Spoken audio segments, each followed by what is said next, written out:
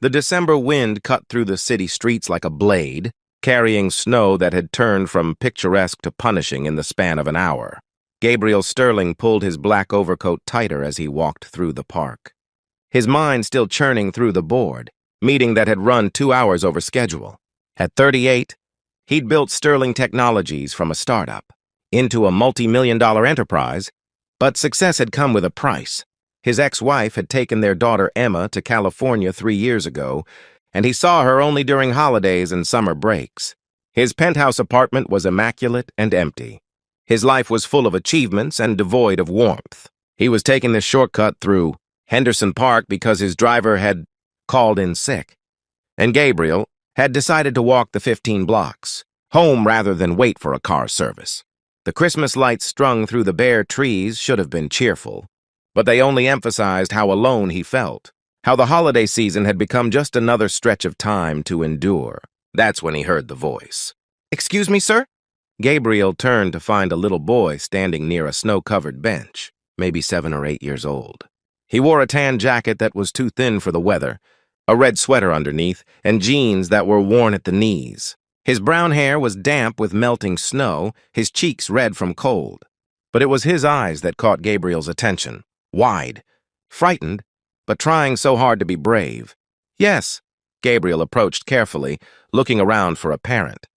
"Sir, my baby sister is freezing." The boy's voice cracked slightly. "I don't know what to do." That's when Gabriel noticed the bundle the child was holding. A baby, wrapped in what looked like a thin blanket, crying weakly. The infant couldn't have been more than a few months old. Her small face red and scrunched, her cries growing weaker, which Gabriel knew instinctively was a bad sign. "Where are your parents?" Gabriel asked, already pulling off his coat. "Mom left us here," the boy said, his brave facade crumbling. "She said she'd be right back, but that was a long time ago, before it got dark. I tried to keep Sarah warm, but she won't stop crying. And now she's getting quiet. And I remember Mom saying that's bad. When babies get too quiet." "You're right, that is bad." Gabriel wrapped his coat around both children, the expensive cashmere engulfing them. "What's your name?" "Timothy. Everyone calls me Tim." "Okay, Tim, I'm Gabriel. We need to get you and Sarah somewhere warm right now. Will you come with me?" Tim hesitated, and Gabriel could see the conflict in his young face. Don't talk to strangers, he'd probably been told. But his baby sister was in danger, and this stranger was offering help. "I promise I'm safe," Gabriel said gently. "I have a daughter myself, and if she were in trouble, I'd want someone to help her. Let me help you." Tim nodded, tears finally spilling over. "Okay." Gabriel scooped the baby into his arms, keeping his coat wrapped around both children. Sarah was frighteningly cold to the touch, her crying reduced to weak whimpers. Gabriel's heart pounded as he calculated distances. The nearest hospital was 10 blocks. His apartment was 6. He made a decision. "We're going to my home first to warm you both up. Then I'm calling for medical help. Is that all right, Tim?" "Yes, sir." They moved quickly through the snowy streets, Gabriel's expensive shoes slipping on ice, his suit jacket inadequate against the cold, but he barely noticed. Tim walked beside him, one hand clutching Gabriel's sleeve, the other wiping at his tears. "How long were you out there?" Gabriel asked as they walked. "I don't know." "A long time. Mom said she needed to run an errand, that she'd be back in 10 minutes. But then it started snowing harder and it got dark and she didn't come back." Tim's voice was small. "Did she forget about us?" "I don't know," Gabriel said honestly, his mind already racing with implications. What kind of mother left a baby and young child on a park bench in December? Even if she'd meant to return quickly, even if some emergency had delayed her, where was she now? "But right now we're going to focus on getting you both safe and warm." Gabriel's building doorman, Marcus, did a double-take as they entered the lobby. "Mr. Sterling? Is everything all right?" "Call Dr. Richardson. Tell him it's an emergency. I need him at my apartment immediately." "Then call the police non-emergency. Line and tell them I've found 2 children who were abandoned in Henderson Park." "Right away, sir." In the elevator, Gabriel looked down at the baby in his arms. Sarah had stopped crying altogether, her tiny body limp. His heart clenched with fear. He'd taken a pediatric first aid course years ago when Emma was born, but that felt like another lifetime. His apartment was warm, thank God. Gabriel went straight to the living room, laying Sarah gently on the couch while keeping her wrapped in his coat. Tim hovered anxiously nearby. "Tim, I need you to help me." "Can you do that?" "Yes, sir. I need you to go into that room over there. That's my bedroom. And grab all the blankets you can find. We need to warm Sarah up slowly." While Tim ran to get blankets, Gabriel carefully unwrapped the baby. Her lips had a bluish tinge, her breathing shallow. He rubbed her tiny hands gently, trying to stimulate circulation, talking to her softly. "Come on, little one. Stay with me. You're safe now. You're going to be okay." Tim returned with an armful of blankets, and together they created a warm nest for Sarah. Gabriel turned up the thermostat, put a kettle on for hot water bottles, and pulled out his phone to time the baby's breathing and heart rate as best he could. The doorbell rang 15 minutes later. Dr. Richardson, Gabriel's personal physician, arrived with his medical bag, followed shortly by 2 police officers. While Dr. Richardson examined the baby, Gabriel sat with Tim in the kitchen, wrapping the boy's hands around a mug of hot chocolate. "You did everything right," Gabriel told him gently. "You kept your sister as warm as you could, and you asked for help. That was very brave. Is Sarah going to be okay?"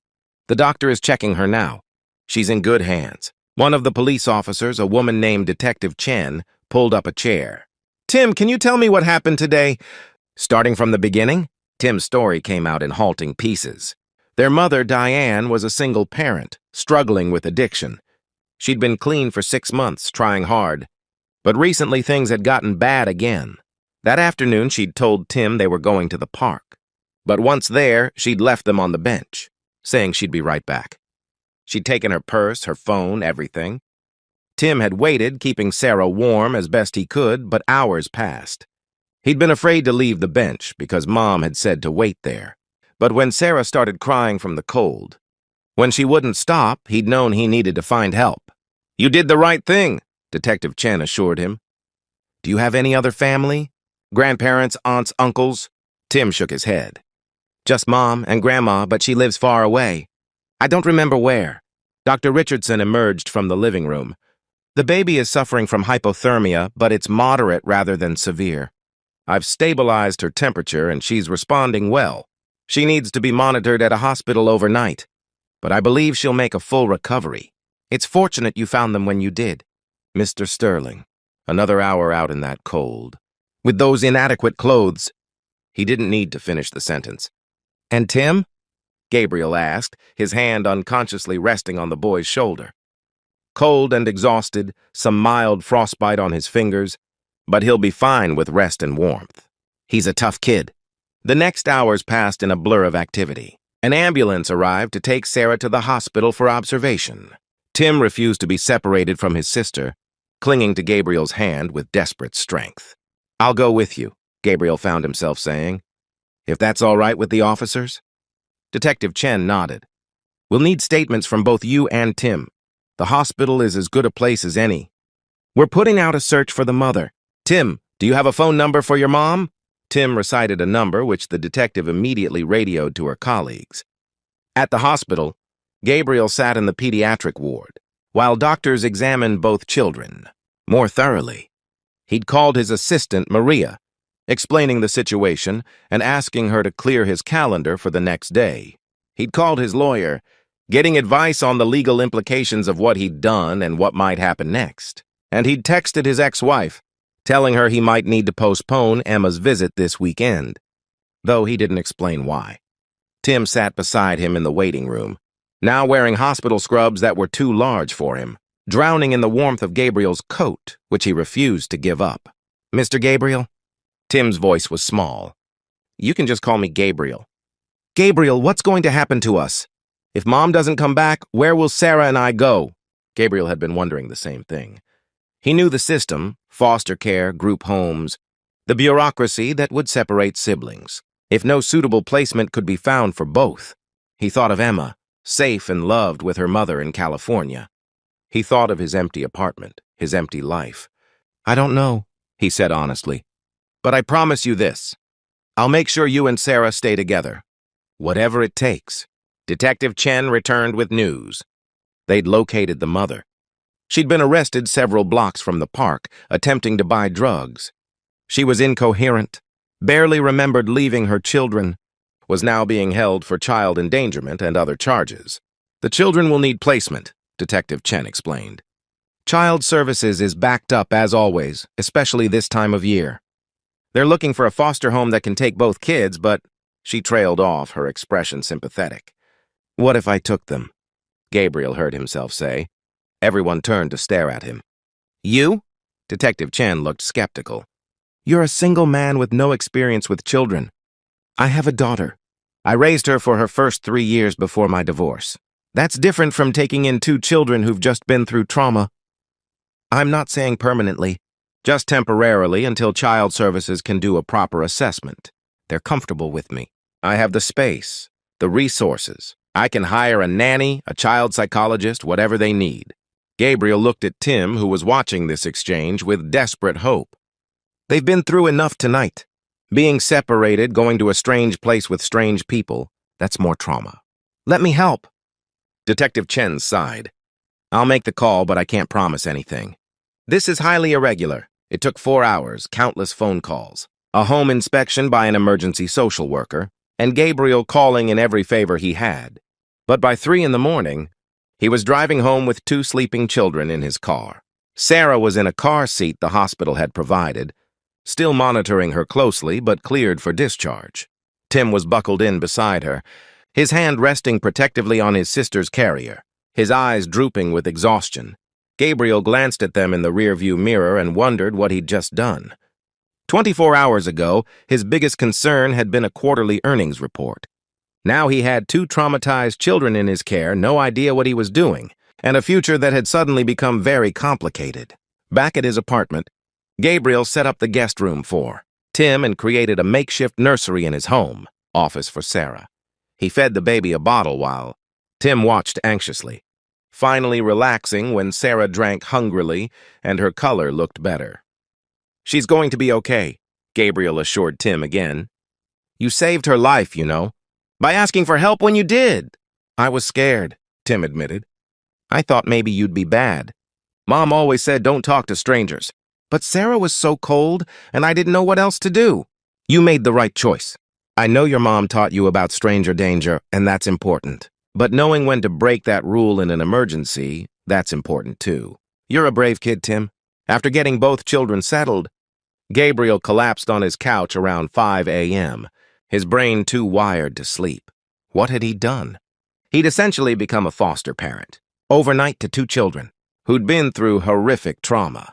He had no idea how to care for an infant. It had been 8 years since Emma was a baby. He knew nothing about dealing with a traumatized 7-year-old. He had a company to run, meetings scheduled, responsibilities. But when he'd looked at Tim's desperate face in the park, when he'd felt Sarah's cold little body, something had cracked open inside him.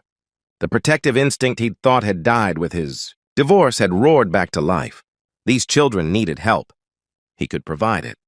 The choice had felt inevitable. His phone rang at 7 a.m. Maria, his assistant. Please tell me the news articles I'm seeing about you aren't real. Did you really take in 2 abandoned children last night? How is that already in the news? Someone at the hospital posted on social media. It's everywhere.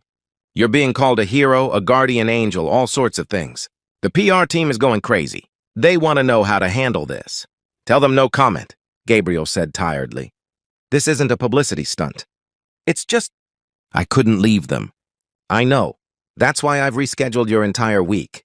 You focus on those kids, I'll handle the company. Over the next few days, Gabriel got a crash course in parenting. He hired a nanny, Mrs. Chen, who'd raised 5 children of her own and handled Sarah's needs with expert ease. He met with child psychologists, who helped him understand Tim's trauma and how to address it. He learned to make bottles and change diapers all over again. He learned that Tim had nightmares about being cold and needed a nightlight and someone to check on him frequently. He learned that Sarah had an impressive set of lungs when she was hungry. He also learned that Tim was whip smart, reading at a 5th grade level despite his age, that he loved science and space and had a million questions about everything, that he was fiercely protective of his baby sister and wouldn't let her out of his sight for the first 3 days. that he was still terrified his mother would come back and take them, or that Gabriel would change his mind and send them away. "I'm not going anywhere," Gabriel assured him one evening as they built a blanket fort in the living room, Sarah sleeping peacefully in her carrier nearby.